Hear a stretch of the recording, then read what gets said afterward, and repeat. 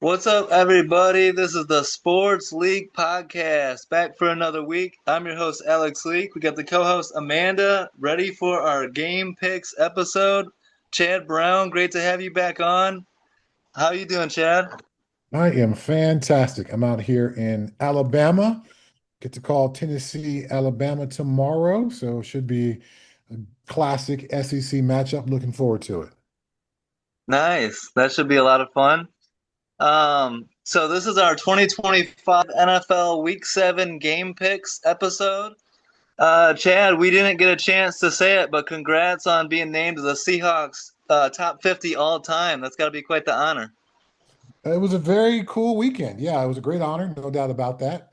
And I know there's some franchises that have been around for 100 plus years. So Seahawks are one of the younger ones, but I'm happy to be honored in that way. And then they put on a tremendous weekend for all the guys who were able to make it into town. There's still a couple of current players who were unable to make it, but to see all the guys to hang out with Steve Largent and Walter Jones, who I played with, and Richard Sherman came and Marshawn Lynch was there. It was a wonderful weekend. That's awesome. Sounds like a great Um, time. Some big personalities in the house. Definitely yeah. personality, no doubt about that. So you also drafted by the Pittsburgh Steelers in 1993 and played 5 seasons with them. And last night we had a great game with the Steelers and the Bengals in Cincinnati. As Amanda likes to say, we had another instant classic on Thursday night. Right, Amanda? So Alex has been overusing that phrase this season, but this one was so good. Okay, Chad, I have a question for you though. We've heard it Yeah. called the Unk Bowl and we've heard it called the Icy Hot Bowl. Which one do you prefer? I'll go icy hot. I'll go Yeah, see, icy I hot. like Icy Hot better. And I just have Yeah. to say, so this week we had Jordy Nelson kind of making Detroit defensive players' lives hell a little bit by denying the appeal for Brian Branch's suspension. We have Aaron Rodgers throwing Hail Mary passes. So I had to go a little old school with the Aaron Rodgers Nice. Green Bay There jersey. you But I go. will say, if only he had better receivers to actually catch that Hail Mary pass, because that was the longest pass in the NFL since 2017. Wow. Yeah.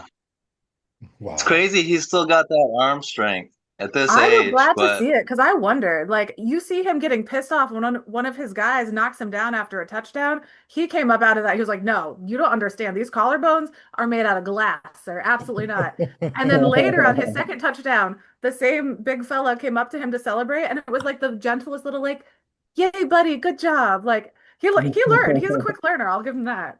Amanda, we our Thursday night games are so unpredictable. We've gone 0-3 the last 3 weeks. Again with this one, the Bengals, find a way to get it done, and Flacco seems to be providing a spark for this offense. He absolutely does. And I will say, I would chalk most of this win up to the fact that Pittsburgh's defense completely no-showed and were nowhere near Jamar Chase for 90% of the snaps. Yeah. It's that Chad, good. what do you think of that with the steel lack of defense? Is that something you think can get fixed and turn around? Well, I think it's one thing to allow Jamar Chase to go out and get his because he's that good. He is It's great. quite Yeah. another to give up all the yards on the ground to the league's worst rushing offense. If I'm Hmm. going to put those into, categories of concern, the run game concerns far outlast or outweigh, Jamar Chase getting his and having the success that he had last night. Yeah, I see Yeah. Jamar Chase coming into this and like sneaking off with some, but there were some big plays where he didn't have anyone within 10, 15 yards. And like Yeah. he runs beautiful routes. He's very tricky. But the reason I didn't pick the Bengals was because of their run defense. That was my deciding factor. I thought that, it would work out, but yeah, we've been wrong on Thursdays, but I'm glad there've been good games. Like they've been close games. It's been Yeah. fun. This NFL season is continuing to be drunk. But I mean, that's the full Packers Aaron Rodgers experience. You have the quarterback making great plays, great deep balls, good offense, and then the defense gives the game away. Like, oh, welcome to Green Bay. What did you think of Mike Tomlin saying like he was upset with the Browns GM Andrew Berry for making this trade, trading within the division to help the Bengals out? And now, I mean, Joe Flacco seems to be providing a spark to that Bengals offense. Well, we saw it when Browning came into the game and Burrow was hurt. They were going to try to get the ball to those talented receivers, but he just wasn't up to the Mm-hmm. task. So we knew Yeah. that there was some talent in the skill spots for Cincinnati. So for them to be able to make this move to Joe Flacco, I think it's obviously a great move for them. But to Mhm. Mike Tomlin's point, I'm not sure what the Browns are thinking because now Joe Flacco has come in the last couple of years and had a window, a three Mhm. to 4 to 5 week window. Yeah. He's able to get hot, and then things kind of fall apart after that. So I'm not sure how long term sustainable this bump is that he's given him, but certainly with the weapons that he has at his disposal, this may be the best opportunities that he's had in the last couple of years to, make a stand as an older quarterback in this league. And I feel like they looked at their schedule. They don't play again until January 4th. I feel like they were like, oh, we don't have to face him, not our problem. Like the rest of the Yeah, division can duke it out, but we're not going to see him. Hopefully, our starting quarterback will still be in. It'd be great if they could fix the O line so whoever is starting can actually stay healthy. But it was a fun game. I mean, both Yeah, of them yeah, slinging it. Aaron Rodgers did have two interceptions, but one of those were just fantastic, fantastic defensive play. Like, I'm not going to blame that second one at Aaron Rodgers. First one, yeah. But the second one, I mean, he came out of nowhere and swooped that thing. It was a great, great play. it really was. Yeah. it's so frustrating as a fan to see one wide receiver. Everyone in the world knows Jamar Chase is elite, and so as a fan, you think double him, triple him, do whatever you have to do to say Jamar Chase isn't going to beat us. He goes for a career high 16 catches last night. Is there a way to shut him down and make T. Higgins or someone else beat you, or is he just that good? Because Bears used to have that same problem with Devontae Adams. Yeah, there's totally ways to do that. I played for Bill Belichick, who was the master at that and trying to take away your best weapon. So it blows my mind when teams allow someone's best player to beat them. You double team that guy, then you put your best cornerback on their second guy, and that way you've got some distribution to be able to handle both of them. Now, obviously, the Bengals were going to try to get the ball to him no matter what. That's evidenced by 23 Yeah. targets. So that there was Yeah, definitely effort to make that happen. And if you want to go with man defense, then the Bengals want to call man beaters. And you want to go with, cover three, where they're going to call cover three beaters and try to get him open. But there are certainly ways schematically and matchup wise that you can take away great players. And the fact that Terrell Austin, the defensive coordinator for the Steelers, and Mike Tomlin didn't go those extra steps to try to get that done didn't make any sense to me when we know this is what the Bengals game plan is going to be. We got this old quarterback. He's just going to try to find a way to throw the ball to those two dudes. And if they can yeah. the run and keep you honest, they'll do that. But it's really going to be about, chuck it and hope that guy can make a play down the field. It's crazy to me that we see how successful it is with an obvious like wide receiver one for that team and how well that's doing. Aaron Rodgers has yet to target the same receiver 10 times in a single game this season. 10, not even 10. Like, and look how many Uh, targets Jamar Chase got, and it worked so well for them. But the Steelers definitely have a problem at having that obvious offensive weapon. I mean, Freiermuth had a couple good plays here, but they just don't have a fast guy who can get open and grab those great deep passes, which we saw in the Hail Mary attempt. Chad, I'm excited to say that for the first time in a while, I've passed Amanda in picks. After last week and a couple hot weeks here, I've got a one-game lead on her. We'll see if I can keep this rolling here in the week 7. But Amanda beat me so bad last year, beat me by like 20 games. So it's about It was time, I it was say. 29. It was 29.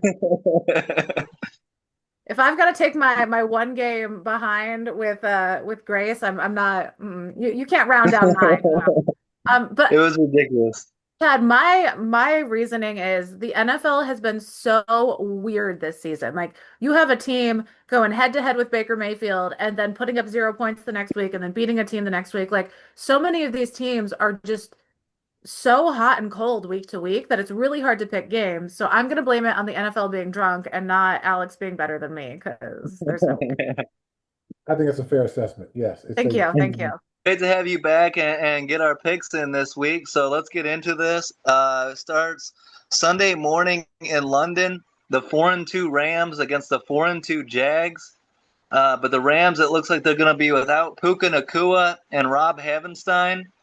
The Jags will be without Devin Lloyd. Do we think the Jags can bounce back after a tough loss against Seattle last week? London's like their second home. Chad, how do you see this game going? An opportunity for the Jags to bounce back here with no Puka. I think the Jags are obviously better than what they've been over the last couple of years, and things are moving in the right direction for them. But this Rams offense, with Sean McVay pulling the strings, even without Puka Nacua, there's a lot of weapons there. He's going to find ways to get balls to other guys. I think the Jags are a good story. They're just not quite a deep playoff team. And the Rams, I think, are a deep playoff team, as we saw last year in the championship game. So, yeah, I got the Rams in this one overseas. Yeah, I'm with Chad on this one. I like what the Jags are doing, and they're definitely working on making Travis Hunter a bigger part of the offense. We've seen them working on that and implementing him more. But I think the Rams are a more solid team. Byron Young has 8 games with at least half a sack, longest active streak in the NFL, and the longest streak by a Rams player since they started tracking it in '82. So they're having such Wow. a good run. And I just with the way Lawrence has been sacked lately, I mean, career high 7 times last week in their loss to the Seahawks. I can see him spending another game on the ground. Well, and I think part of the reason is because Travis Etienne had such a down game last Mhm. week. They need him to be impactful. And for whatever reason, Chad, the Brian Thomas Jr. issues with kind of like short arming catches, or he had a big drop on third down. If he can get that going, that could help them out a lot. I'm going to go Jags, but I'm not super confident. This is a tough game, but I hope they can figure it out. But this season is Um, drunk. Who knows? But I do think Tutu Atwell will get more involved in the play with Puka Nacua out.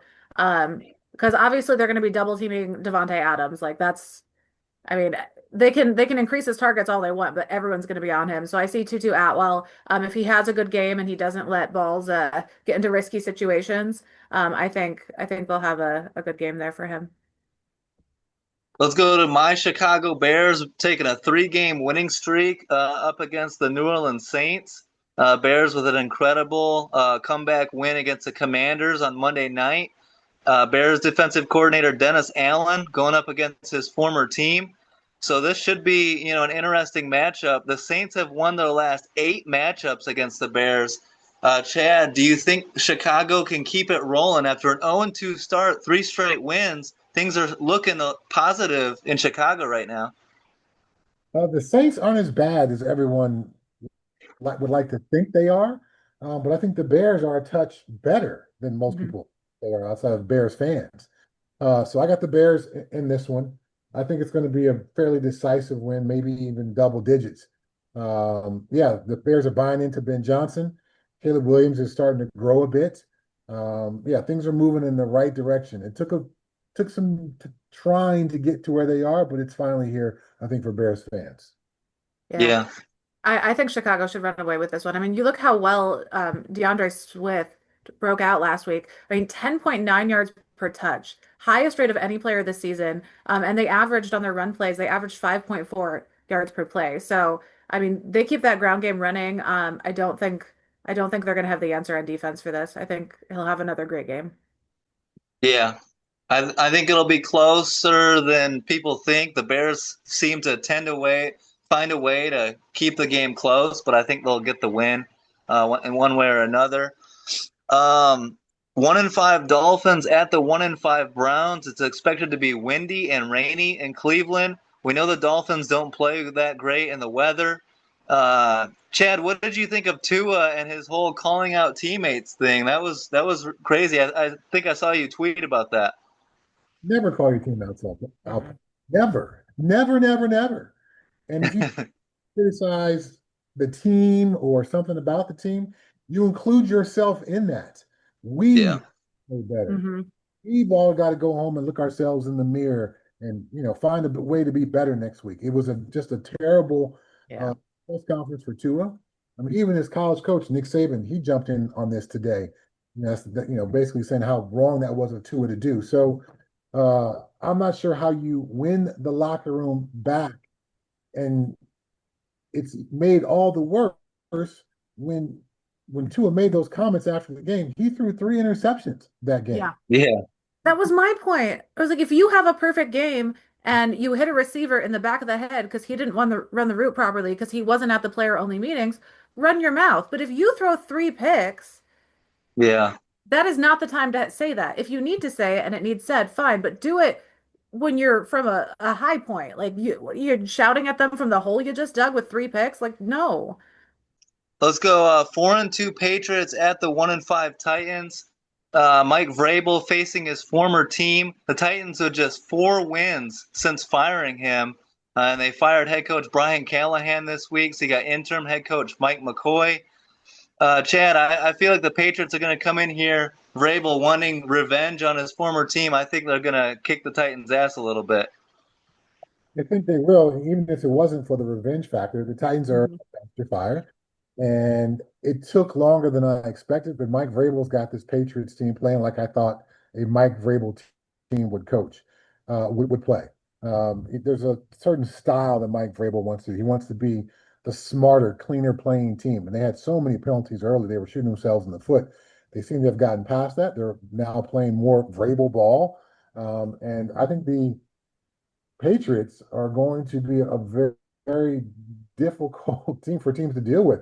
The quarterback's playing well. Again, they're playing smart and clean. He's got some creative game plans on both sides of the ball. The Titans, just for this week, are certainly not up to the challenge in any way. Yeah, Yeah.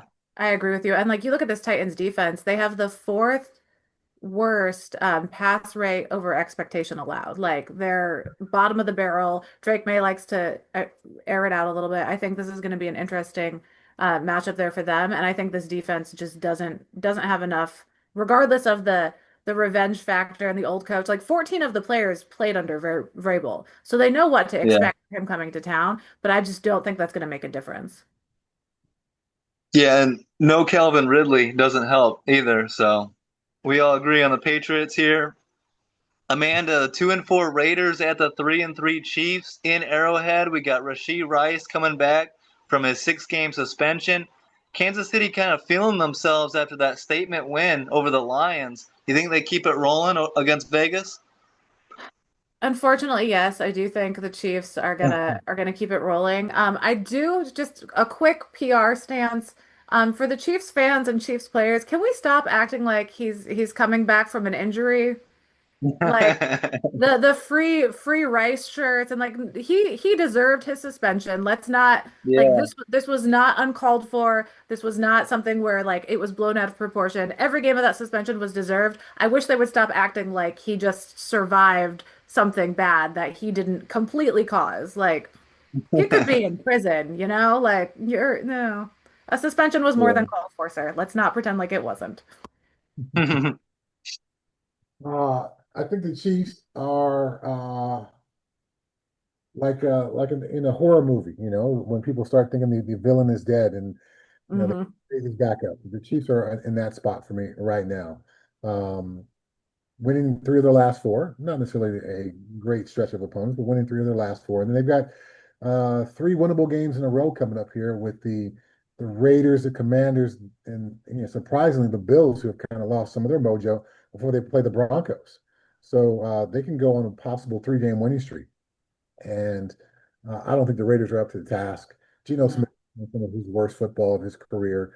Ashton Genty is going to be a stud for the Raiders in the backfield for a long time, but there's just not enough offense to be able to keep up with what Patrick Mahomes and the Chiefs offense is going to bring. It's so funny that you said like a horror movie because we've got Ashton Genty with his Michael Myers pose, but I think the horror theme song is going to be going the other way. I think this is a great game for Isaiah Pacheco. I think he's going to have a great game here. I know they've got wide receiver weapons out the wazoo, but you look at this Raiders defense, they allow the fourth most yards per carry to running backs. And I could just see him being just handing it off. Just take advantage of that. Like, yeah, we know Mahomes will spread the ball around plenty, but I can see Pacheco having a great game here and just running all over that defense. That or Mahomes with his legs. He's been running a lot more this year, uncharacteristically. He's been taking off a lot. So, um, 4-2 Eagles at the 3-2 Vikings. We got Carson Wentz going against his former team. The Eagles desperate to get off a 2-game losing streak. We'll see if they can get their offense rolling here. And Chad, a battle of two great defensive coordinators, Vic Fangio against Brian Flores. How do you see this one going? Uh, I think the Eagles are a better football team, but they're not necessarily playing better right now. Yeah. Um, but I think there's some of that championship pedigree still within the Eagles. So I think the Eagles win this. It's going to be a close one. It's going to be a 3 or 4 point win, 16-20, 20-23, something like that. The Eagles get it done because if they don't get it done, they lose their third in a row. It goes from, man, we got to get our stuff together to full blown panic out there in Philadelphia.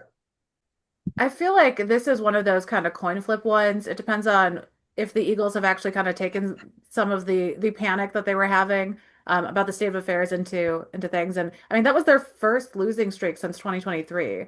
AJ Brown says they're not worried about it. They're just trying to get on the same page. But then the Vikings, who I think the Eagles have the better team overall, but the Vikings coming off a bye week, they looked into their defensive vulnerabilities during the bye week and focused on that. And the Eagles aren't rushing well. And what's good here for the Eagles is that Minnesota's rushing defense has kind of fallen off a bit. So I feel like it could go either way. I do think it is going to be a close one. I absolutely agree with Chad there. But I'm concerned about this Vikings O-line. I think Jalen Carter is going to get going here. Yeah, Jalen Carter being back is big for Philly. I expect their defense to play really well in this game. I don't have much faith in Carson Wentz going against his former team here, but we'll see. I agree with Chad. It's probably going to be lower scoring.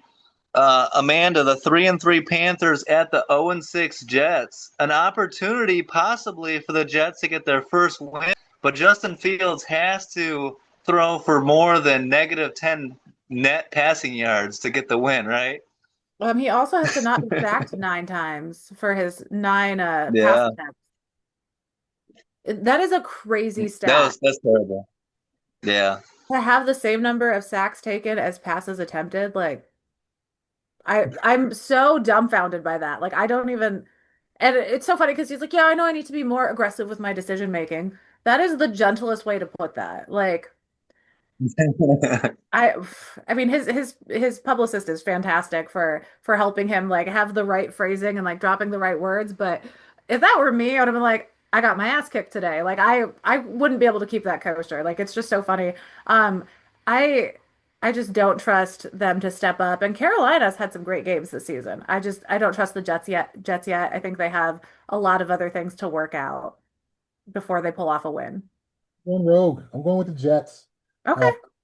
Not that they necessarily showed me anything against the Broncos. Well, they kind of did. The first drive of the second half against the Broncos, they ran the ball down the Broncos' throat.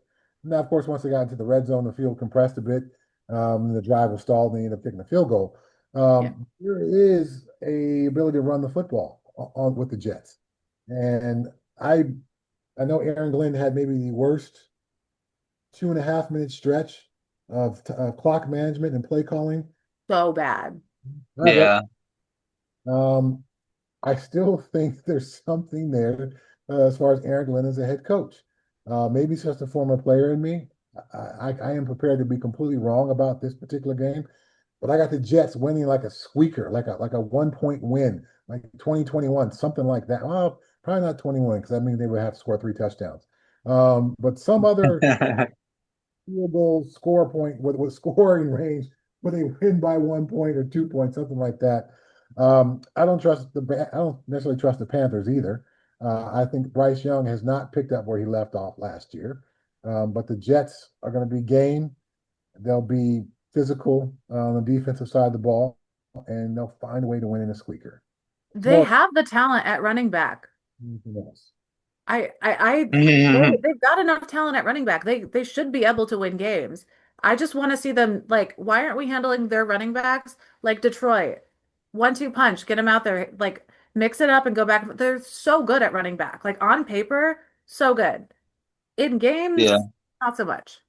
Well, and with Garrett Wilson out, not playing in this game, might miss a couple weeks, and the Carolina running game has been going. If the Jets can stop the Panthers' run game, they'll have an opportunity here. But Rico Dowdle's been unconscious the last 2 weeks.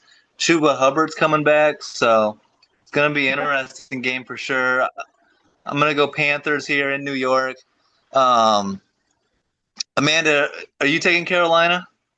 Yeah, I am. Even though they have absolutely no pass rush, dead last in the league in pass rush win rate, I feel like Fields is gonna be doing some running in this one. But I can't quite forgive the Jets yet. I'm not ready to pick them. There is talent, there is hope. Maybe not this week though. 2-4 Giants at the 4-2 Broncos. Broncos linebacker Jonathan Cooper says Jackson Dart ain't nothing we haven't seen yet.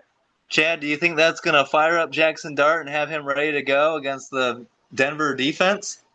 I think Jackson Dart and Cam Scatterboo are going to be fired up no matter what. That's just how they play football. They're They've so fun. been a spark to the Giants football team, to the Giants fan base. It's given them some hope and optimism in a place where there hasn't been a whole lot of hope and optimism recently. And Yeah. the great pass rush. And so their ability to affect Bo Nix and disrupt a Broncos offense that is still trying to figure some things out. I can see a path to a Giants victory. I just think the Broncos are a bit better, and obviously on deep, Yeah. they can get after the quarterback too. So Jackson Dart will make some plays with his legs, but he's going to have a difficult time going up against Pat Surtain and Nick the Benito. Nick Benito, Yep. Cooper, uh, Jonah Ellis. They've got some players out there. Dre Greenlaw sounds like he's going to play tomorrow. Yeah. Backers have probably been the worst part of the Broncos defense, Alex Singleton. So Dre Greenlaw coming back is going to be good news for them. I think he's going to be on a pitch count, but still, he should provide a bit of a spark as well. So I got the Broncos winning this one, and I don't think it's necessarily a 3 or 4 point game, more like a 7 point victory, something like that. Yeah, if you look Yeah. how Jackson Dart does under pressure, he's fifth worst in the NFL when he's pressured. And this Denver defense, when they're having a good game, I just feel like they're going to take advantage of that. And I mean, we've got two or three Defensive Player of the Year candidates on this team. Like you look at how quick they get off, and get their ground moving. The fastest in the league is Jonathan Cooper, who we didn't even talk about. So I just think this defense is going to take advantage of the rookies. I think the rookies are fun. I love them. Their vibes are immaculate. They're so fun to watch. Their little headbutts and high-fiving a ref is my new favorite thing that has happened so far this year. Like that is amazing. That fine is totally worth it. But I feel like this one isn't going to be quite as fun as last week was for the Giants. 5-1 Colts at the 4-2 Chargers. Both teams coming off of not playing their best football. The Chargers needed a last second heroics from Justin Herbert. The Colts could have lost to the Jacoby Brissett Cardinals. Chad, how are you seeing this game? Are the Colts for real? Yeah, and if they can go into LA and get this win, they'll open a lot of eyes, with this one. Well, we know Jonathan Taylor is a very talented running back since his days at Wisconsin. It was question marks about Daniel Jones, and Daniel Jones is now Danny Dimes rather than who the heck he was in New York. So I've got very few questions about the Colts. I Mhm. don't know how deep of a playoff team they are, but they are a good football team. I got a lot of questions about the Chargers right now. Their offense hasn't really been, outside of some Justin Herbert heroics, been very good since Omarion Hampton went out and got banged up. Yeah. They're lacking some of that. I know Harbaugh wants to run the ball and win the game in that fashion. I'm just not sure if they're actually capable of doing that. And it would take another heroic effort from Justin Herbert to get the win here. I don't think that happens. I got the Colts winning this one in a strong fashion here.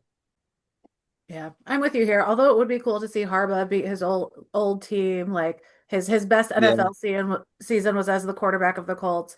I'm with Chad on this one. And I'm intrigued to see where they put Derwin James on defense. Like, is he going to be covering Tyler Warren, who's leading all players in tight end at 370 yards on the season? Are they going to have him somewhere else? I'm intrigued to see what they do on defense to kind of counteract this explosive Colts offense.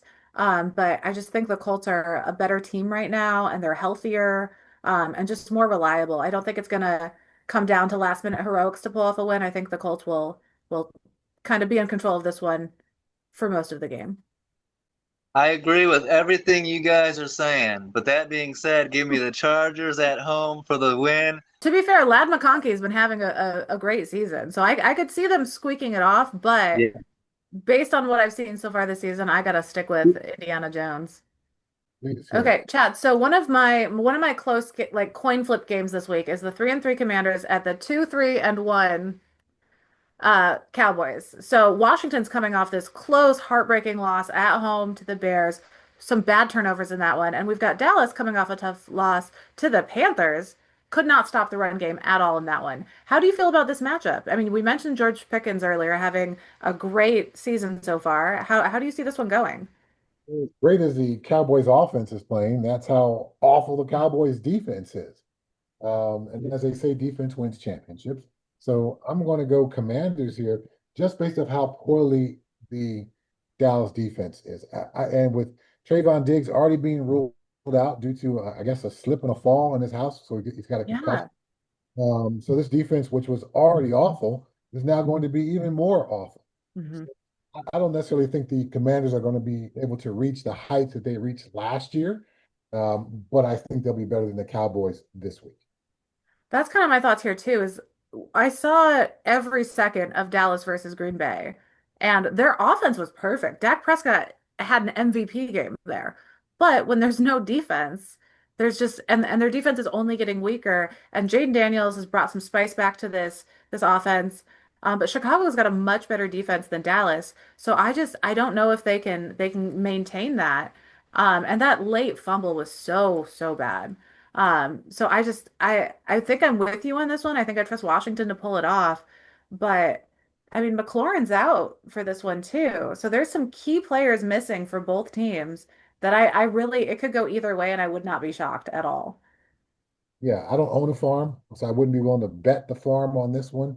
But if it's just this friendly thing that we're doing here, I'm taking the Commanders. Yeah. There's a reason I don't put money on my picks because then I think about it too much. CeeDee Lamb is back though for Dallas. So that might shift things a little bit, but With the ankle, how much can he go? How yeah. Well, game is that was my question when Jaden Daniels came back, and I was like, is he back or is he just getting back? And I didn't pick them his first week back, and then I regretted it. So I'm like, oh, well. Um, Alex says he's got Cowboys with his technical difficulties, so we'll have to see how that one plays out. Of course he does. Alex just likes to argue at this point. Um, so let's talk about my Packers. I'm wearing the Aaron Rodgers Packers jersey, so I feel a little dirty there. But I mean the 3-1-1, which is my least favorite number to I would rather have a loss than a tie. Is that did you feel that way as a player? Like is a tie just as embarrassing to players as it is to fans? the tie thing is ridiculous. I can't believe we allow an NFL game to end in a tie. I know they got this thing about player safety. They don't want the games to go too long. I just find it to be ridiculous. Just play until somebody wins.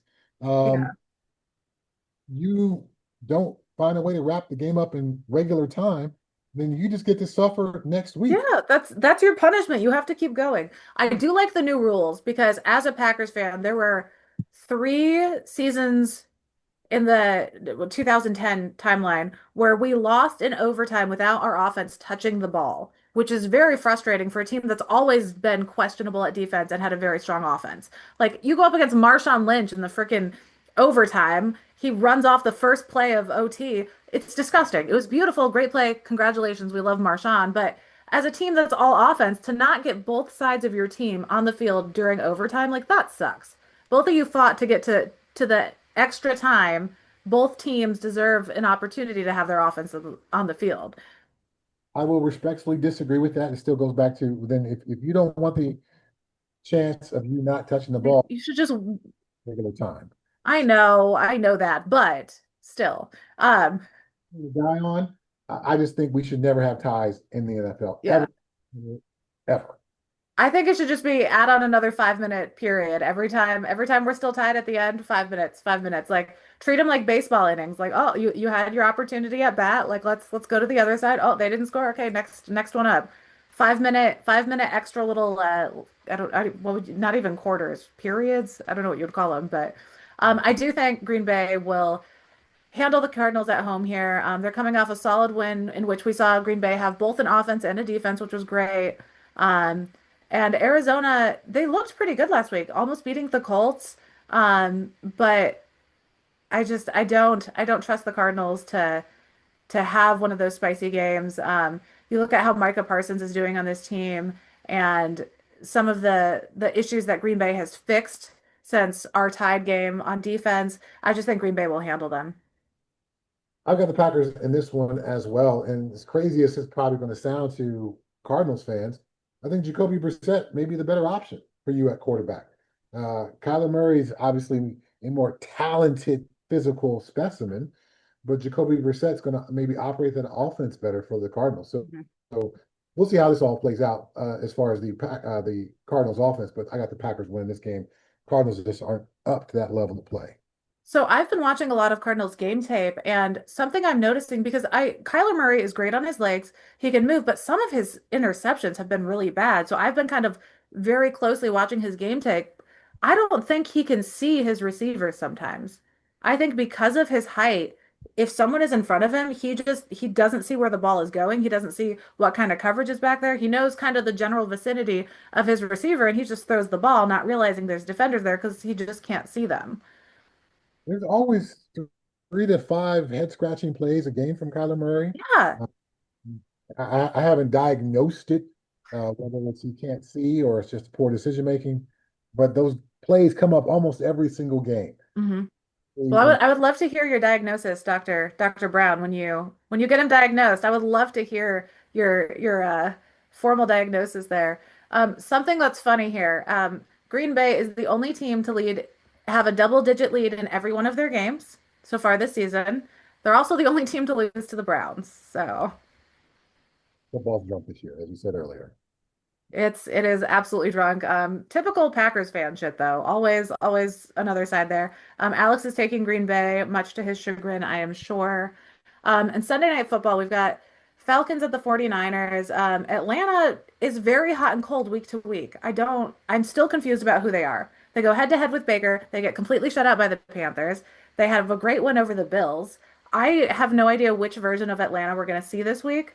How do you feel about both of these teams? The 49ers with every single player on their starting roster injured. Yeah, I mean, at some point the injuries just become overwhelming, and hmm for whatever reason, the Niners have just been seemingly struck these last couple of years in a way that seems almost unfair.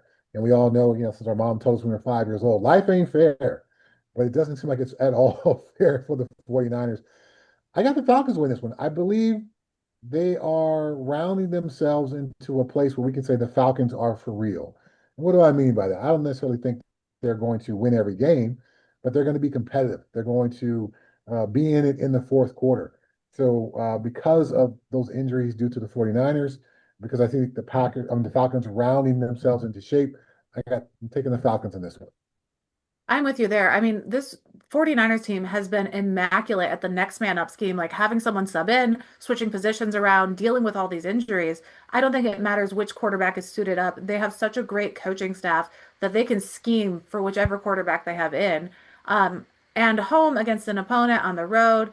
My only issue is I don't think that defense, with as many injuries as they have, will be able to do anything about Bijan Robinson. He may be the smoothest runner in all the NFL. So He's so good. with the depleted defense, even with Robert Saleh coming back this year, I'm not sure if the 49ers are going to be able to contain him. Especially with losing Fred Warner for the season. That is just, I think that might be the straw that breaks the camel's back here. I don't know if there's a way for them to overcome that. So, next man up, I can tell you he's not going to be nearly as good as Fred Warner is. Yeah, he's so good. I mean, and to be this good after the amount of time he spent in the league, like just to stay that elite for this long, like, such a great career. Impressive, no doubt.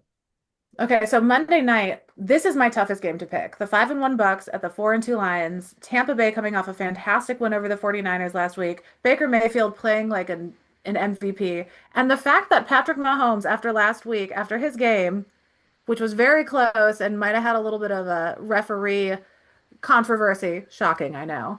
The fact that he jumped Baker Mayfield in MVP chances blows my mind. Baker put together an MVP worthy season so far. Baker is fully my MVP at this point. I mean, Patrick Mahomes, I think, has more support on his team. He's had some great games. I'm not hating on Patrick Mahomes, but as far as the most valuable player on the team, Baker all the way. And we've got Detroit coming off a tough road loss to the Chiefs, 30 to 17 here. We all saw that controversy. Brian Branch, suspended for the game. I think the suspension was necessary. That was a little unnecessary. And he knows it. His coach called him out for it. They're aware that he was a little too heated there. But the Bucks are down. Wide receivers Chris Godwin, Ibuka's out. Mike Evans might be back, but the Lions are expected to be out both starting safeties. How do you think this one's going to go? So many key injuries. So many, so many. I think the Lions losing to the Chiefs could have been the worst thing that could happen to the Bucks here because this Lions team, I think, will roar back to be all Hmm. fun there. I think this Lions team is legit. They are a top of the league kind of team, and they haven't all Hmm. played that level this year. And early on, some of it was just getting used to the coordinators and Yeah. that the Chiefs. Hey, everyone has a mulligan game. No one plays a perfect season outside of the Dolphins forever ago, and outside of my Patriots until the Super Bowl. But I think the Lions are going to edge out Tampa Bay without all those weapons for Baker. It becomes Baker trying to do a little bit too much. And when Baker starts to press, he throws the ball a bit too hard. He guns it when he should loft it. He just gets a little bit too antsy. I see less of that this year than I have in the past, but it still shows up from time to time. And I think that pressing will be enough for the Lions to get a 3-point win. I I can see it just going either way here. And the secondary missing both starters, Baker's amazing, but I'm so nervous about Detroit being fired up after that loss. I absolutely agree with you there. And losing Brian Branch, like, is he a little too spicy sometimes? Yeah. Did I have issues with him after week one when Tucker Kraft's helmet was removed from his head and flung? A little bit. But he's such a huge playmaker for that team. I'm just concerned that that's going to be too big of a void for them. But also, Dan Campbell has not lost back-to-back games since October of 2022. So I cannot pick against Detroit. Dan Campbell is far. He takes stuff way too personally. He's too much of a sore loser to lose back-to-back games here. I will agree with that. Yeah. It's probably the Dan Campbell and the overall Lions culture factor that makes me Hmm. with that 3-point prediction. Yeah. Okay. So I'm with you there. Alex is taking the Bucks. Every time I pick against Tampa Bay, they win, and then I'm kind of fine with it because I love Baker and it's a great comeback win. And I'm like, oh well, at least I hedged my bets there because Baker, I love him. I love me some big vibes and big personalities. So both of these teams are going to be fun. I expect that to be a fantastic game. I don't think I'll be tuning into this one though, with the other one on. The 2-3 Texans, the 4-2 Seahawks. Houston coming off their bye week, a blowout win in Baltimore. Seattle coming off an impressive win in Jacksonville with JSN putting up crazy stats in this one. But the Texans, finally, this defense is waking up. Number one scoring defense in the NFL. They'll have to get some pressure on Darnold there and slow that beautiful pass game we've seen. How do you see this one going? I don't think the Texans have enough offense. I think Okay. the defense is good. I just don't think they have enough offense. I know for a while they were the lowest scoring offense in the league. I know they've improved since then. I'm not exactly sure where they rank right now. But as we talked about to open the podcast, I was out there in Seattle to be a part of the top 50 all-time Seahawks. I had a chance to watch that Tampa Bay game, on the field for a while. And just to see the way that Seahawks defense plays, considering Texans aren't necessarily great at offense, Mhm. and how good the Seahawks can be on defense, I got the Seahawks winning this one. Texans will be game, but the Seahawks will be better. Yeah, I agree with you there, especially with Christian Kirk limited this week with a hamstring injury. I think being maybe down one of their big weapons is just going to kind of make it even more challenging for that struggling offense. And I want to see that offense get better. Like CJ Stroud came into this league firing on all cylinders, and we just haven't seen it get going yet this season. And I still have hope for them. Their record is still hanging in there. They're a game back from 500, so I think maybe they'll still be able to savage their season. But it's been disappointing so far. So I absolutely agree with you here. I think Alex was taking Seattle as well. No, I think he's taking Houston. Um, oh, I changed my pick to Seattle. Okay, there we go. Mr. Technical Difficulties himself calling in there. But Chad, thank you so much for your time. We love having you on. Your insight is so good, and I love that you agree with 90% of my picks, which makes me feel better about them. So, Well, great minds, great football minds think alike. I'll roll with that. Always good to be with you as well. And then, yeah, I'm gonna finish this great conversation here and start working on my boards for tomorrow. well, everyone, this has been the Sports League podcast. Like, subscribe, leave a comment, tell Alex that he's going to lose in picks this week so I can catch up. And we're excited for another great week of football. Shout out to Chad Brown. Send us a DM if you have any questions for our guests. They've got such great insight. So we'd love to hear some of your questions there. But like, subscribe, leave a comment. You guys have a great week. Peace out.